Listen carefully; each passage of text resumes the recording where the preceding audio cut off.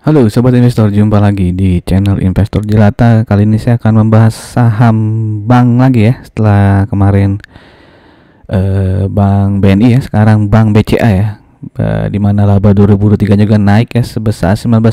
Dan berapa ya potensi dividen dari Bank BCA ini ya. Dan sebelum kita mulai ya, seperti biasa saya mempromosikan beberapa video lainnya ya, prediksi dividen dari saham-saham seperti PTBA, ITMG, lalu juga ada UNTR ya, dan juga dari saham pelayaran ya, yaitu TPMA, dan juga ada video tentang list ya 10 saham dengan dividen yield terbesar di bursa kita ya, selama 5 tahun terakhir ini. Jika teman-teman berminat untuk menonton video-video ini, bisa nanti cari di kolom deskripsi ya, linknya saya taruh di sana. Dan mungkin yang untuk 10 dividen yield terbesar, nanti linknya saya taruh di pojok kanan atas ini gitu ya. Oke, sebelum kita mulai ya, mungkin sudah banyak teman juga yang tahu sejarah Bank BCA, tapi mungkin juga ada yang belum tahu gitu ya. Jadi kita telisik lagi ya sejarah dari Bank BCA, di mana dari tahun 95 ya, awalnya itu ada perusahaan lah ya, NV Perseroan Dagang dan Industri Semarang Knitting Factory ya, yang tahun sebagai cikal bakal BCA ya. Lalu dia bank ini mulai beroperasi pada Februari 57 ya. Kantor pusatnya di Jakarta. Nah, ini saya dapat dari account Twitter ya, atau account X lah sekarang namanya ya. Ini foto ya, foto bersejarah ya, di tahun 21 Februari 57 ya. Pertama kali BCA mulai beroperasi sebagai bank dan berkantor pusat di kawasan ACMK Jakarta Barat. Jadi ini foto di tahun 57 lah mungkin ya. Lalu Bank BCA itu ya mulai berubah menjadi nama PT Bank Sentral Asia itu di tahun 70-an ya. Dimana di tahun 80-an mulai berekspansi ya, membuka cabang secara agresif. Dan di tahun 90-an mulai memperkenalkan ATM ya, dimana 50 ATM di Jakarta nih di tahun 90-an. Lalu tahun 97-98 seperti kita tahu ada krisis ekonomi ya, sehingga BCA ini ya diambil alih lah gitu ya.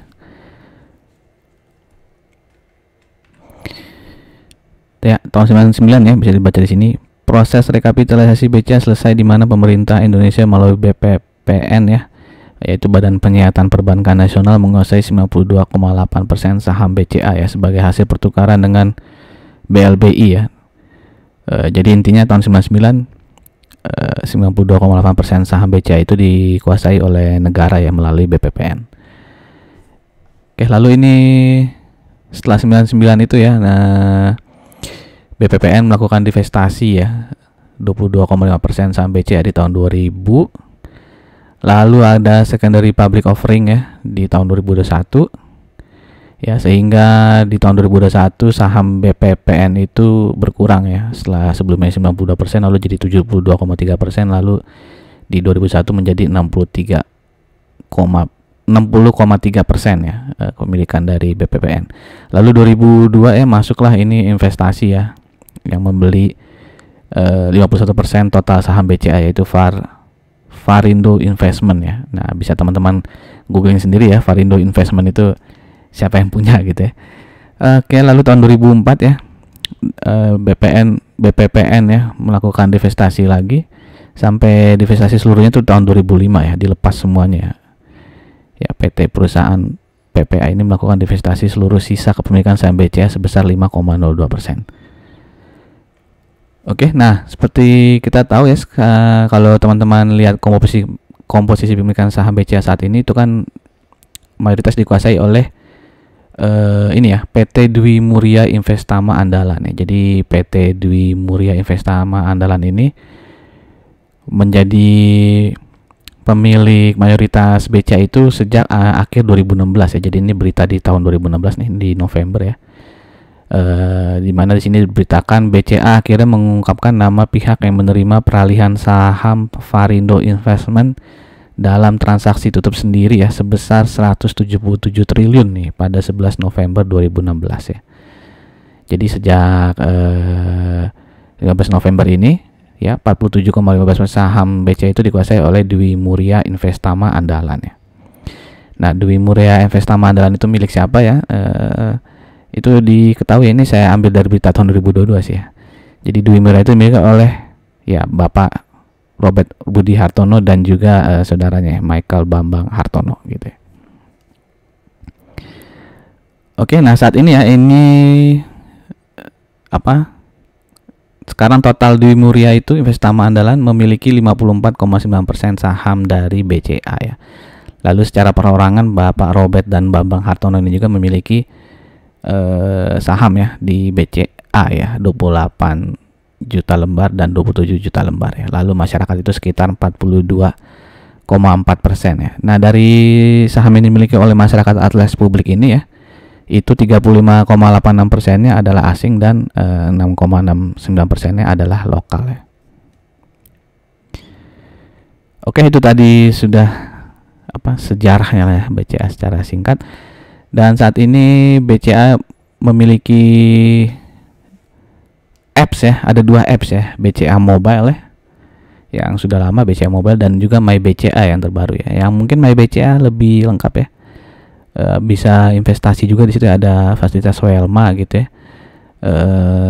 Dimana di sini user dari mobile dan internet bankingnya itu ya, transaksi volumenya ya, ini data kuartal 3 ya 2003 itu naik ya sekitar 30% dibandingkan kuartal 3 tahun 2022 ya. Itu volumenya. Kalau berdasarkan value-nya juga itu naik 9% ya. Dan usernya juga itu naik cukup banyak ya, 23% ya. Yang di tahun 2022 itu 25,1 juta, sekarang sudah 30,8 jutaan.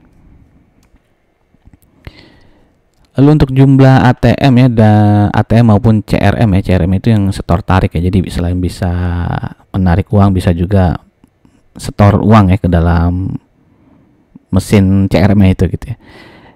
Nah, sekarang BCA itu ya memiliki ATM plus CRM itu sekitar 18.705 ya, dimana 74% itu CRM ya. Jadi sekarang CRM udah lebih banyak ya dari ATM ya, yang komposisinya itu hanya 26%. Oke, lalu ketika public expose di November lalu ada yang bertanya nih gini, kapan tampilan klikbca.com itu diperbarui supaya lebih segar ya. Nah, jadi kayaknya BCA itu ya, klik BCA kita tahu ya dari dulu kayaknya gitu-gitu aja tampilan ya. Mungkin ya karena sudah usernya pada familiar gitu, jadi tidak terlalu diubah banyak ya. Nah, kalau yang untuk generasi-generasi muda mungkin itu dia bikin My BCA itu ya, yang fasilitas fitur-fiturnya baru ya, tampilan juga lebih menarik ya. Jadi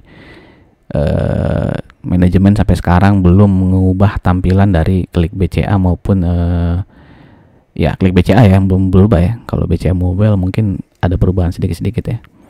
Nah, lalu ada pertanyaan juga, apakah My BCA dan BCA Mobile akan tetap dipertahankan atau salah satunya akan dihilangkan? Jadi manajemen menjawab kalau dua-duanya itu tetap akan dipertahankan ya, baik My BCA maupun BCA Mobile. Lalu ada pertanyaan juga, bagaimana BCA merespon terkait perkembangan bank digital ya. Nah, BCA ini kan sekarang bisa terbilang bank hybrid ya.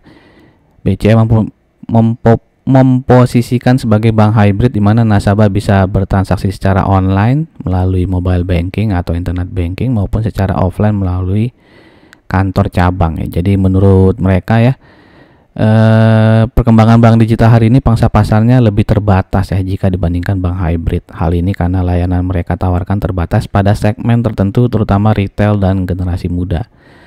Lalu hampir semua bank saat ini ya memiliki mobile banking apps ya, yang biasanya menawarkan layanan pembukaan rekening dan melakukan transaksi pembayaran secara online. Jadi BCA itu menganggap kalau bank digital itu akan memiliki tantangan untuk berkompetisi dengan para hybrid banks ya, karena apa yang ditawarkan oleh bank digital tuh kayaknya ditawarkan juga oleh bank-bank konvensional melalui mobile apps yang semakin lengkap lah ya menurut saya gitu ya. Oke, sebelum kita lanjut ke bagian keuangannya, sekali lagi saya mengajak teman-teman yang mungkin saja baru mampir di channel ini untuk subscribe channel ini, dan jika dirasa informasi-informasi di channel ini bermanfaat, saya minta untuk teman-teman like, komen, dan share-nya ya. Terima kasih. Oke, kita lanjut ke laporan keuangan di 2022 itu, ini net income ya, net profitnya itu naik ya.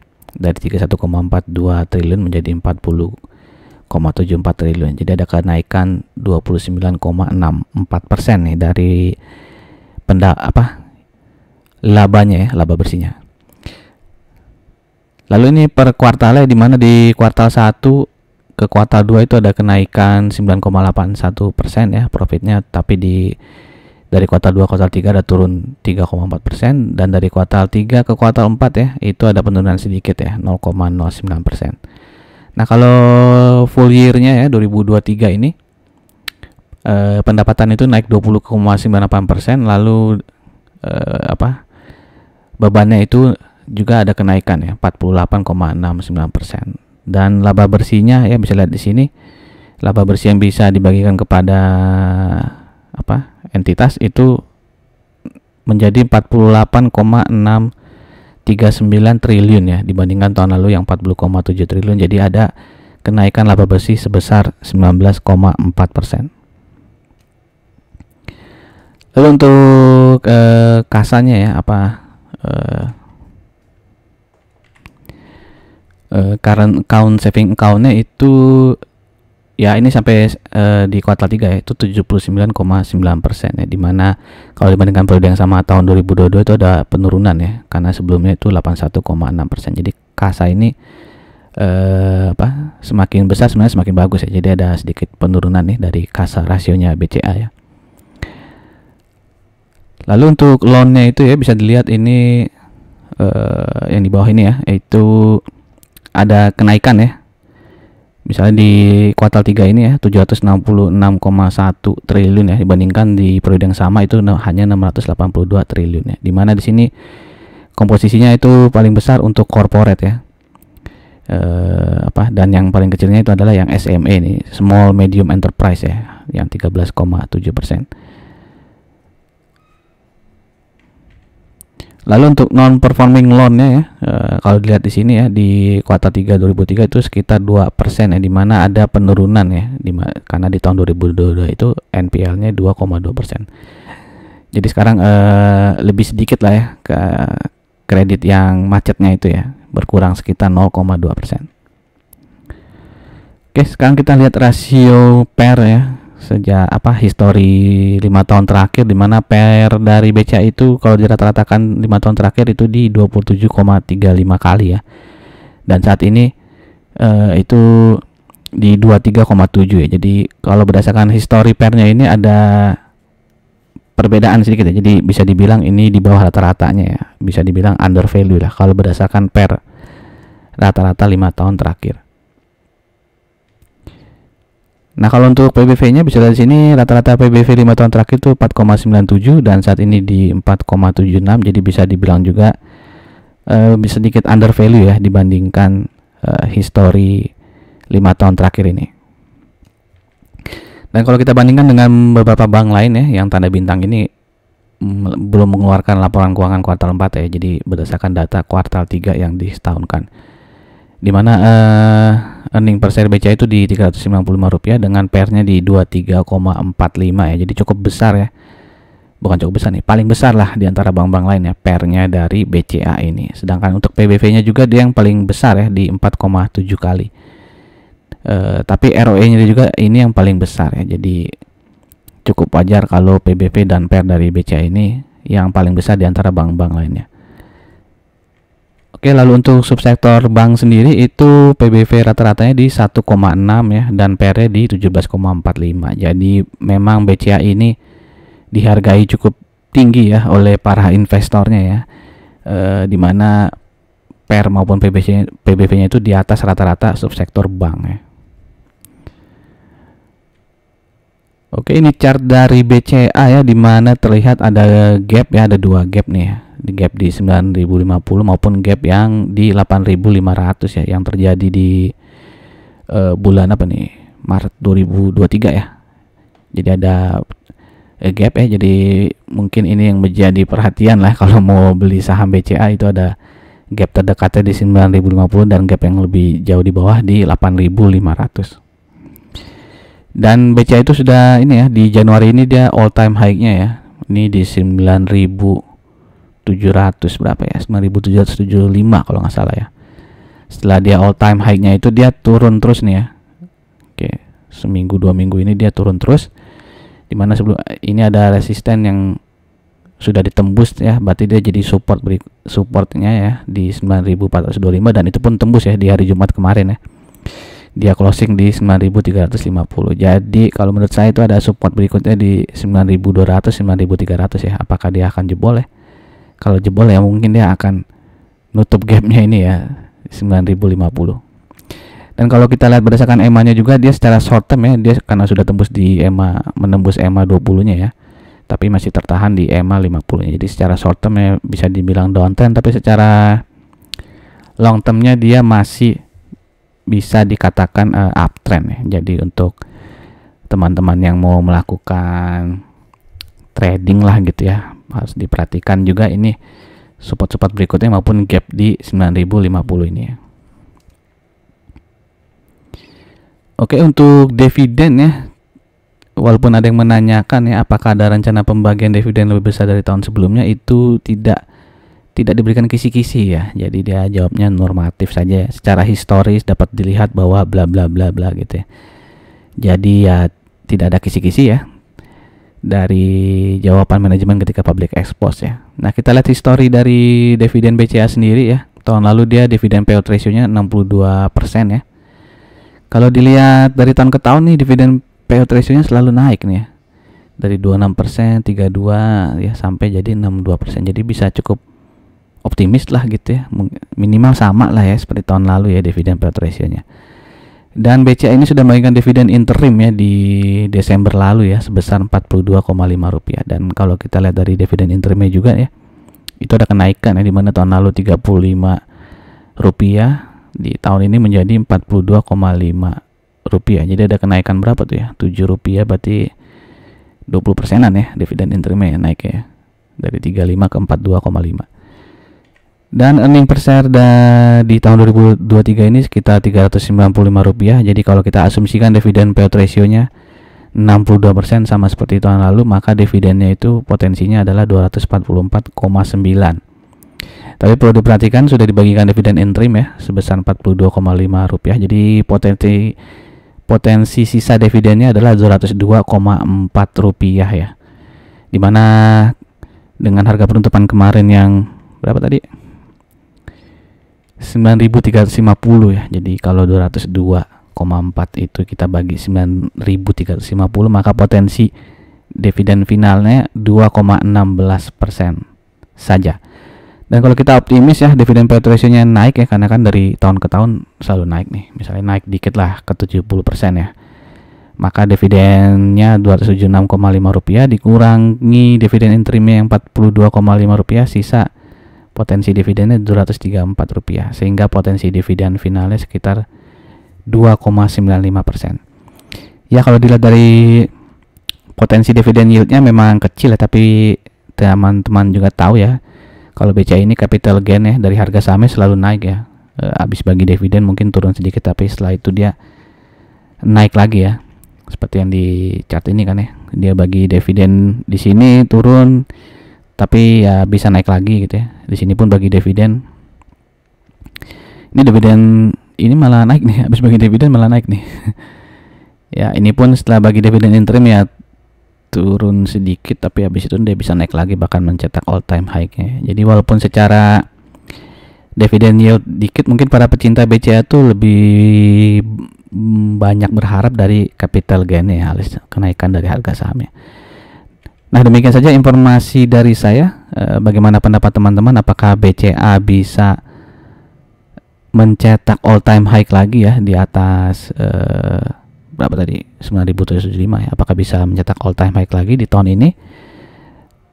Silahkan tuliskan pendapat teman-teman di kolom komennya. Terima kasih. Sampai jumpa lagi di video-video berikutnya. Salam jelata.